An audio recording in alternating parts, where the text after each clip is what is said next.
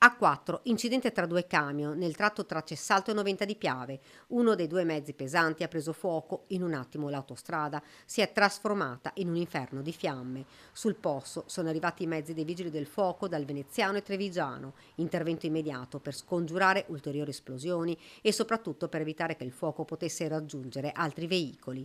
La strada, poco dopo lo svincolo di Noventa di Piave, è stata completamente chiusa per ore, non solo per la rimozione dei mezzi, ma anche per ripristinare l'asfalto bruciato dal fuoco. Purtroppo questo è l'unico ormai tratto in cui ci sono le due corsie, quindi in momenti come questi in cui c'è una fitta nebbia, una distrazione e quant'altro, purtroppo bisognerebbe stare più attenti, primo io, e quindi queste poi sono le conseguenze. Camion e auto sono stati costretti ad uscire a Noventa tra code e disagi e qui è sorto un altro problema. Molti camionisti, una volta raggiunta la strada normale, si sono infilati in una provinciale a Cessalto, stretta e piena di curve, vietata ai mezzi pesanti, multe a raffica. In questo tratto solo la mattina hanno fatto 15 sanzioni questa mattina e questo è voluto perché è veramente un pericolo. Nel 2023 un'ambulanza è entrata dentro in un fossato, comunque si crea dei danni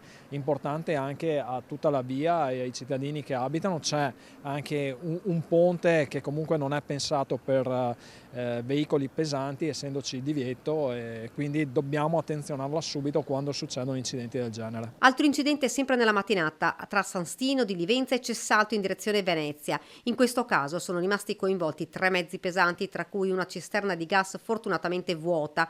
Una persona è rimasta ferita. Il pensiero è andato immediatamente ai lavori per la terza corsia. I lavori, come abbiamo visto, sono stati finanziati, non sono certo dei lavori che avremo la terza corsia domani perché sono lavori difficili e quant'altro, stanno andando avanti purtroppo a rilento anche i sovrappassi autostradali che sono, vi ricordo che in questo tratto sono ben 10 e quindi un lavoro estremamente oneroso per Autostrade Alto Adriatico e il commissario a cui va il mio ringraziamento perché la volontà e le risorse ci sono, purtroppo i tempi tecnici non sono quelli che vogliamo.